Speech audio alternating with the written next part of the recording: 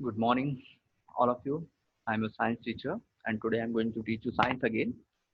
In last video, we discussed on third chapter of our science, metals and non-metals, and in that last video we discussed on the different physical properties.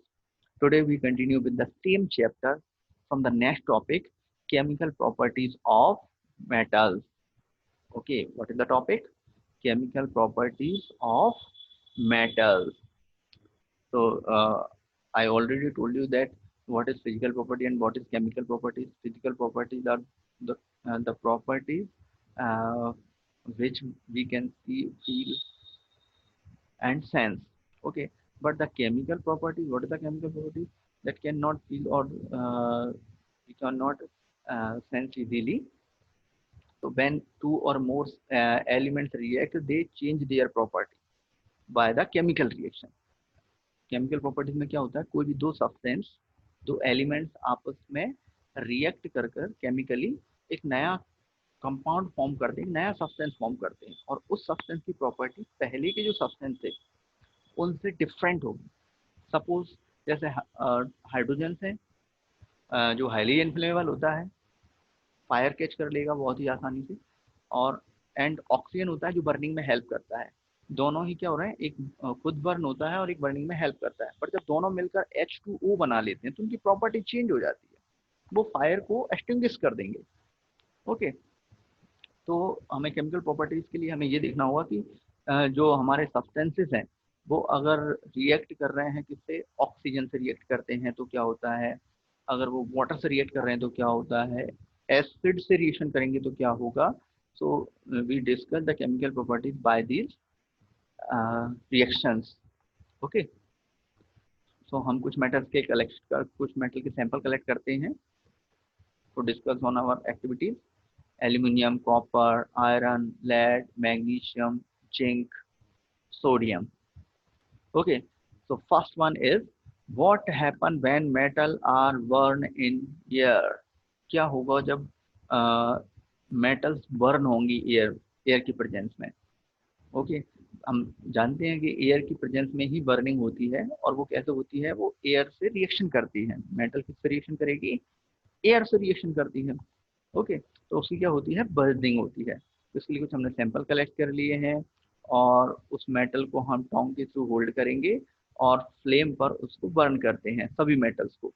और burn करने पर हम उस notice करते हैं कि उनकी surface में कोई चेंज हुआ है क्या, एंड वो इजीली बर्न हुए हैं नहीं हुए हैं, उनसे फ्लेम कौन से कलर की रिलीज हो रही है, सरफेस बर्न हुई तो कैसी सरफेस हमको मिलेगी उसकी, और उनकी रिएक्टिविटी पे कोई इफेक्ट पड़ा हुआ है क्या, ऑक्सीजन से उनकी रिएक्शन पे कोई इफेक्ट पड़ा। तो ये सभी चीज़ें हम देखेंगे। वो सॉल्यूबल जो प्रोडक्ट बनेगा बर्निंग के बाद, मीन्स रिएक्शन, ऑक्सीजन से रिएक्शन के बाद उसकी सॉल्यूबल है या नहीं है वाटर में।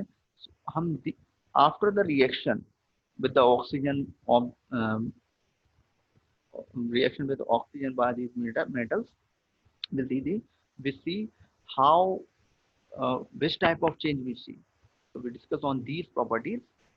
Okay, so suppose we take a metal, and when we react with oxygen, metal when metal reacts with oxygen, they always form metal oxide. Same condition with the non-metal. When any non-metal react with oxygen, so they make non-metal oxides. Okay, so here we take an example: copper. Copper is a metal, and oxygen, O2. When they react, they form copper oxide. Copper oxide is a metal oxide or a metallic oxide. Black oxide भी also called it, हम उसे black oxide भी बोलते हैं क्योंकि उसका colour कैसा होता है, ब्लैक। ओके, सेम सेम हमने किसके साथ एक्टिविटी की, एल्यूमिनियम की हमने ऑक्सीजन से रिएक्शन कराई या ऑक्सीजन की प्रेजेंस में बर्निंग की, तो क्या होगा, ऑक्सीजन एल्यूमिनियम से रिएक्शन करके क्या बनाएगा, एल्यूमिनियम ऑक्साइड। तो ये ऑक्साइड बना, मेटल ऑक्साइड है, aluminium oxide, metal oxide, aluminium भी एक मेटल है। तो ये हमने देखा। और in last in previous classes you also discussed that कि जब कोई मेटल ऑक्साइड बनता है, मेटल ऑक्साइड का अगर आप पीएच चेक करते हैं तो उसका नेचर कैसा देखेगा आपको, बेसिक। जो मेटल ऑक्साइड्स के रिएक्ट करने पर क्या शो करते हैं नेचर, बेसिक नेचर शो करते हैं। एंड बट कुछ ऐसे मेटल ऑक्साइड्स होते हैं, for example aluminium oxide, this is aluminium oxide, zinc oxide ZnO, these type of metallic oxide show both acidic as well as basic behavior. Generally metal oxides होते हैं वो basic होते हैं nature में, but aluminium oxide and zinc oxide जो है, ऐसे कुछ सब्सटेंसेस, ऐसे कुछ मेटल ऑक्साइड्स दोनों के बिहेवियर शो करते हैं। वो एसिडिक भी शो करते हैं एंड बेसिक भी शो करते हैं। मीन्स उनका आप पीएच चेक करेंगे तो एसिडिक भी आ सकता है, बेसिक भी आ सकता है। ओके, दिस टाइप ऑफ, जो इस टाइप के जो हमारे ऑक्साइड्स होते हैं, मेटल के ऑक्साइड्स, जो हमारे एसिडिक भी हो सकते हैं और बेसिक भी हो सकते हैं, जो एसिड और बेसिक दोनों टाइप के सॉल्ट एंड वाटर प्रोड्यूस करते हैं, ऐसे ही ऑक्साइड्स को हम बोलते हैं amphoteric oxide. What we called amphoteric oxide. Okay, the metallic oxide which shows acidic and basic nature are called as or are known as amphoteric oxides. तो हमने एक एम्फोटेरिक ऑक्साइड का एग्जांपल लिया है यहाँ पर, Al2O3 एल्यूमिनियम ऑक्साइड। जब हम इनकी रिएक्शन कराते हैं, एल्यूमिनियम ऑक्साइड की रिएक्ट कराते हैं किससे, एसिड से भी रिएक्शन करा के देखेंगे, यहाँ पर एसिड से कराएंगे, यहाँ पर बेस से। जब दोनों से हम रिएक्शन कराते हैं तो हम क्या देखते हैं, दोनों ही कंडीशन में हमको प्रोडक्ट में एक कॉमन प्रोडक्ट मिलता है। क्या है वो, वाटर, H2O, दोनों ही कंडीशन में। और एक अनदर प्रोडक्ट बनता है aluminium chloride and sodium aluminate. Okay, तो दोनों ही कंडीशन में देखा कि ये कॉमन प्रोडक्ट बना क्या, water. Generally most of the metal oxide जो होते हैं, मेटल ऑक्साइड जो होते हैं वो वाटर में कैसे होते हैं, इनसॉल्यूबल, मींस वो वाटर में डिसॉल्व नहीं होते। बट कुछ ऐसे मेटल ऑक्साइड होते हैं जो वाटर में डिसॉल्व हो जाते हैं। This type of metal oxide is called alkalis. What we called, the metal oxide which dissolve in water are called alkalis. Okay, sodium oxide and potassium oxide, ये कुछ example दिए हुए हैं एल्कलीज के। Sodium oxide and potassium oxide dissolve in water. ये sodium oxide है Na2O and ये potassium oxide है K2O। जब ये वाटर में इनको डिसॉल्व करते हैं, जब वाटर में इनको मिक्स करेंगे, डिसॉल्व करेंगे, तो ये वाटर से रिएक्ट कर लेंगे और प्रोडक्ट फॉर्म करेंगे NaOH। इसने भी NaOH फॉर्म किया, इसने KOH फॉर्म किया, दोनों ने ही क्या किया, एक बेसिक सब्सटेंस फॉर्म किया, सोडियम हाइड्रोक्साइड एंड ये पोटेशियम हाइड्रोक्साइड। ओके, तो हमने क्या देखा, जो डिसॉल्व हो जाते हैं वो क्या डिसॉल्व होकर क्या फॉर्म करते हैं, वो मेटल ऑक्साइड, वो डिसॉल्व होकर बेसिक नेचर शो करते हैं। Okay, and then we discussed on another part of this chapter, metal do not react with oxygen। अब हम जो क्वेश्चन हमने जो पूछे थे यहाँ पर जब हमने एक्टिविटी की थी कि सभी मेटल सेम रिएक्शन करती हैं क्या, so after the reaction what we see, the all metals do not react with oxygen at same rate. Means oxygen से रिएक्शन तो करते हैं लेकिन वो सेम रेट पर रिएक्शन नहीं करते। किसी की स्लो रिएक्शन होती है ऑक्सीजन से, किसी मेटल की फास्ट रिएक्शन होती है। Different metal show different reactivity towards oxygen. सबकी रिएक्टिविटी अलग अलग होती है, किसी की रिएक्टिविटी फास्ट होती है, किसी की स्लो होती है। ओके, डिफरेंट रिएक्टिविटी होती है और कोई कम रिएक्शन करता है, कोई ज़्यादा रिएक्शन करता है। ओके, यहाँ पर रेट की बात चल रही है, फास्ट एंड स्लो, और यहाँ पर रिएक्टिविटी की बात चल रही है। मीन्स कम रिएक्शन है, लेस रिएक्टिव और more reactive. Okay, then potassium oxide and sodium, these two metals we already discuss, ये हाईली रिएक्टिव होते हैं। ये अगर एयर के कांटेक्ट में आते हैं तो ये फायर को कैच कर लेते हैं वाइग्रसली और बर्न होने लगते हैं, क्योंकि ऑक्सीजन से बहुत फास्ट रिएक्शन करते हैं। Okay, hence protect them and prevent accidental fire are kept in immersion kerosene. तो ये हाईली रिएक्टिव होते हैं, इसलिए इनको ओपन नहीं रखा जाता है। इसको हम किस में रखते हैं, पोटेशियम और सोडियम को केरोसिन में डिप करके रखते हैं, इमर्स करके रखते हैं। ओके, एट ऑर्डिनरी टेम्परेचर, एक नॉर्मल टेम्परेचर पर। Okay, surface of metal such as magnesium, अगर मैग्नीशियम की सरफेस की बात कर रहे हैं, aluminium, zinc, lead are covered with thin layer of oxide. इनकी लेयर क्या होती है जनरली, किससे कवर्ड होती है, मेटल के ऑक्साइड से। मीन्स अगर आप एक आयरन को बाहर रख देते हैं तो आयरन कुछ टाइम बाद वाटर और या मॉइस्चर, उसमें भी वाटर प्रेजेंट होता है, और ऑक्सीजन से रिएक्शन करके क्या बना लेते हैं, मेटल ऑक्साइड बना लेता है ऑक्सीजन से रिएक्शन करके। और वो मेटल ऑक्साइड की उस पर एक लेयर बन जाती है ब्राउन, है ना। तो सेम किसके साथ होता है, एल्यूमिनियम के साथ होता है, जिंक के साथ होता है, लेड के साथ होता है। ये भी ऑक्सीजन से रिएक्शन करके एक लेयर बना लेते हैं अपने ऊपर, जो उनकी प्रोटेक्टिंग लेयर होती है, जो उनके फर्दर ऑक्सीडेशन मीन्स उनके और ऑक्सीजन से रिएक्शन को रोकती है। एक लेयर अकेली रिएक्टिव होकर रह जाएगी और अंदर उनका कुछ भी नहीं होगा, अंदर रिएक्शन नहीं होगी, डिग्रेडेशन नहीं होगा।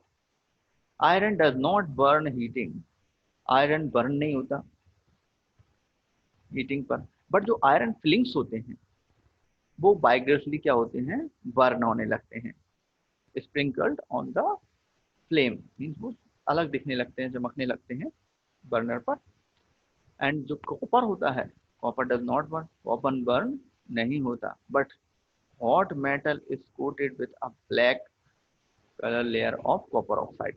बट जो कॉपर जब हॉट होता है तो वो ऑक्सीजन से रिएक्शन कर लेता है और अपने ऊपर क्या बना लेता है, एक लेयर बना लेता है। और वहीं हम अदर मेटल्स की बात करें, सिल्वर एंड गोल्ड, ये ऑक्सीजन से रिएक्शन नहीं करते। इवन आप अगर एक हाई टेम्परेचर पर भी करते हैं तो भी नहीं, तो उनमें रिएक्शन नहीं होती। एनोडाइजिंग, एनोडाइजिंग क्या होता है, सिंपल हमने अभी देखा कि जब एल्यूमिनियम को अगर आप ओपन रखते हैं तो वो एल्यूमिनियम की रॉड पर, एक अगर रॉड लेते हैं और उस रॉड को आप ओपन रखते हैं तो वो ऑक्सीजन से रिएक्शन करके ऊपर क्या बना लेंगे, उस पर एक लेयर फॉर्म हो जाएगी, जो एल्यूमिनियम ऑक्साइड्स की होगी उसके ऊपर एक लेयर फॉर्म हो जाएगी पूरी रॉड पर, जो एक्सपोज्ड फॉर्म रहेगी, ओपन रहेगी।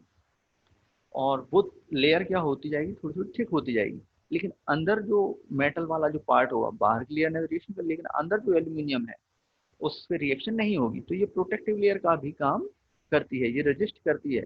और ये जितनी ज़्यादा थिक होगी उतना ज़्यादा अंदर का जो एल्यूमिनियम है या जो भी मेटल है उसको प्रोटेक्शन मिलेगा।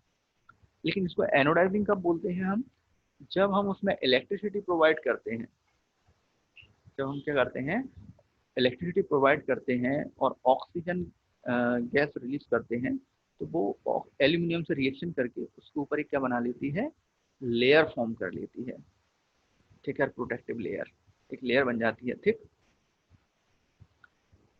और उस प्रोसेस को हम बोलते हैं इलेक्ट्रिसिटी फ्लो कराकर हमने उस पर क्या किया, ऑक्सीजन की लेयर बनाई है, तब हम उसको क्या बोलते हैं, एनोडाइजिंग। ओके, एंड जो ऑक्स जब एल्यूमिनियम ऑक्साइड की लेयर बन गई है, एल्यूमिनियम ऑक्साइड, उनको किसी भी एट्रैक्टिव कलर से कलर करना बहुत ही इजी होता है। तो उसको डाई करने, उसको डाई भी कर सकते हैं एट्रैक्टिव कलर्स में।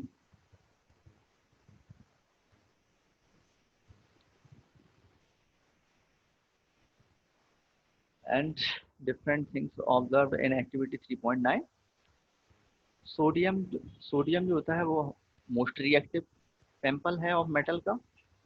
Okay, the reaction of magnesium is less vigorous, जो मैग्नीशियम की रिएक्शन होती है वो लेस बाइग्रस होती है, बहुत ही स्लो प्रोसेस होती है। And not as reactive as sodium, और ये सोडियम के जैसा रिएक्टिव नहीं होता। But burning in oxygen does not help to decide about the reactivity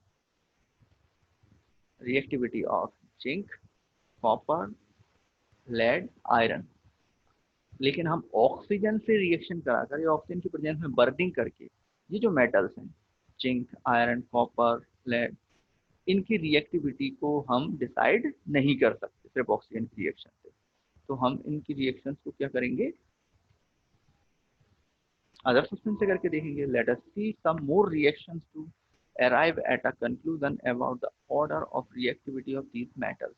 in metals के और भी हम रिएक्शन करेंगे. तो फर्स्ट हमने आज क्या देखा, reaction what happen when metals react with or burn with oxygen.